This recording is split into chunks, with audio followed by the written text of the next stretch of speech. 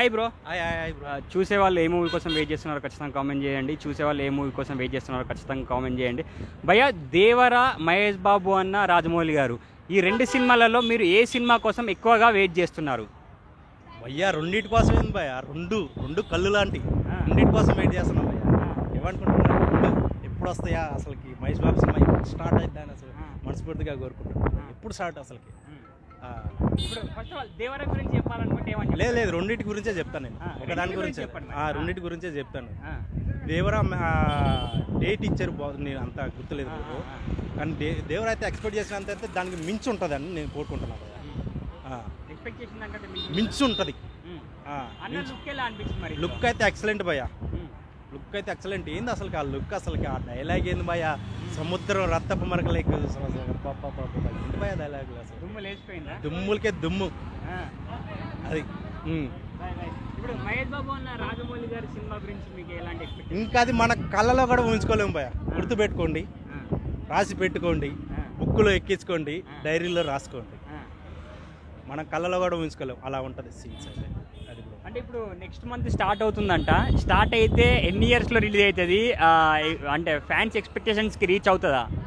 రాజమౌళి సినిమాకి మనం ఎప్పుడు డేట్ చెప్పలేము, అది ఆయనే చెప్పలేము. కానీ ఏదో ఒక రోజు అయితే సినిమా అయితే రిలీజ్ అయ్యింది కదా బ్రో. ఎంత లేట్ అయినా కానీ సినిమా అయితే రిలీజ్ అయ్యింది కదా, అప్పుడు చూసుకుందాం మనం. అంటే ఇప్పుడు ఎన్టీఆర్ అన్న గెటప్ ఇదంతా చూస్తే మీకు అందులో ఎలా అనిపించింది దేవర మూవీలో? దేవర మూవీలో గెటప్ అయితే ఎక్సలెంట్ భయ్యా, లుకింగ్ అయితే అదర్స్. ఎన్టీఆర్ అన్న నెక్స్ట్ ఎలాంటి సినిమాలు తీస్తే మీకు ఇంట్రెస్ట్ మరి?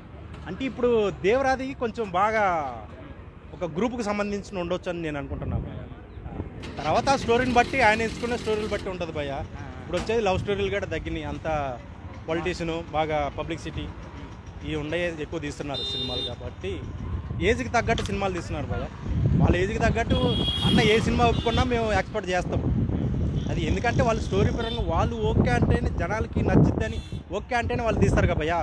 వాళ్ళు వచ్చి ఆ సినిమా తీయమంటే తీయలేరు కదా భయ్యా. అది వాళ్ళకి తెలిసిద్ది, హీరోలకు తెలిసిద్ది మనం ఏ స్టోరీ సినిమా తీస్తే బాగుంటుంది, ఎలా జనాలకి రిసీవ్ చేసుకుంటారు అనేది తెలిసింది కాబట్టి వాళ్ళు తీస్తారు భయ్యా. దాన్ని మనం రిసీవ్ చేసుకుంటాం కంపల్సరీగా. అది మహేష్ బాబు అన్న ఎలాంటి సినిమాలు తీయాలి?